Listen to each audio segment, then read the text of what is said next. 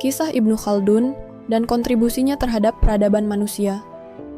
Di tengah hiruk-pikuk peradaban manusia, ada seorang pemikir besar yang namanya terpatri dalam sejarah.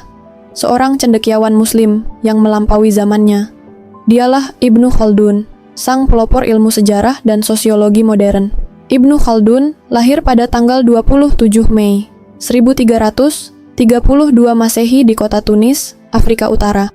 Nama lengkapnya adalah Abdurrahman bin Muhammad bin Muhammad bin Al-Hasan bin Jabir bin Muhammad bin Ibrahim bin Abdurrahman bin Khaldun Al-Hadrami. Nasabnya menunjukkan bahwa ia berasal dari keluarga terpandang yang memiliki akar sejarah panjang.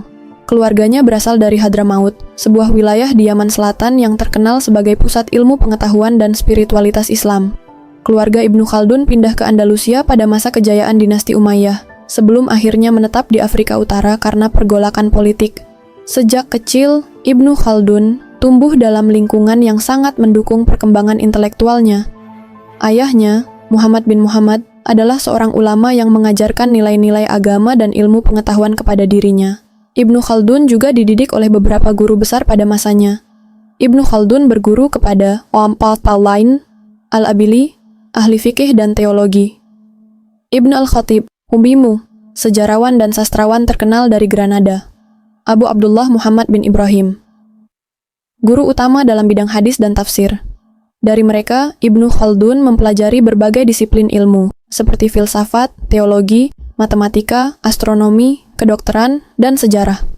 Ia bahkan mampu menghafal Al-Quran di usia dini, sebuah pencapaian yang menunjukkan ketekunan dan kecerdasannya. Namun, hidup Ibnu Khaldun tidak selalu mulus. Ketika berusia 17 tahun, keluarganya menjadi korban wabah hitam yang melanda Afrika Utara pada tahun 1348. Wabah ini merenggut nyawa ayahnya, ibunya, dan banyak kerabat dekatnya. Tragedi ini membuat Ibnu Khaldun harus dewasa lebih cepat dan mencari jalan hidupnya sendiri. Meski kehilangan keluarga, Ibnu Khaldun tetap teguh pada prinsipnya untuk terus belajar dan berkontribusi bagi masyarakat. Ia mulai bekerja sebagai diplomat, hakim, bahkan sekretaris untuk beberapa penguasa di Andalusia dan Afrika Utara. Pengalaman inilah yang kemudian membentuk pandangannya tentang masyarakat dan peradaban. Si Ibnu Khaldun adalah ketika ia menulis Muqaddimah, sebuah prolog untuk kitab sejarah dunia yang ia tulis. Dalam karya monumental ini, ia memperkenalkan konsep-konsep revolusioner tentang sejarah, sosiologi, dan ekonomi. Ia menjelaskan bahwa sejarah bukan hanya sekadar catatan peristiwa, tetapi juga analisis tentang pola-pola sosial, ekonomi, dan politik yang memengaruhi naik turunnya peradaban. Ibnu Khaldun memperkenalkan teori asabiyah, yaitu ikatan solidaritas sosial yang menjadi fondasi kekuatan sebuah masyarakat. Menurutnya, peradaban besar dimulai dengan solidaritas yang kuat, tetapi lama-kelamaan akan runtuh karena kemewahan, korupsi, dan kehilangan nilai-nilai dasar. Pemikiran Ibnu Khaldun tidak hanya relevan di masanya, tetapi juga memberikan inspirasi bagi para pemikir modern. Banyak ahli sejarah, sosiolog, dan ekonom mengakui bahwa konsep-konsepnya telah meletakkan dasar bagi ilmu-ilmu sosial modern.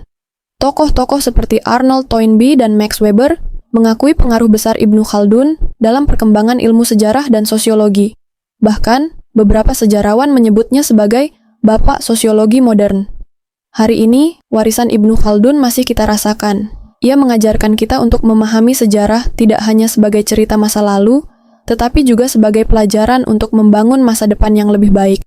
Ibnu Khaldun, sang visioner yang melampaui zamannya. Mari kita terus belajar dari pemikirannya untuk menciptakan dunia yang lebih adil dan beradab. Terima kasih telah menonton. Jangan lupa like, share, dan subscribe untuk video inspiratif lainnya.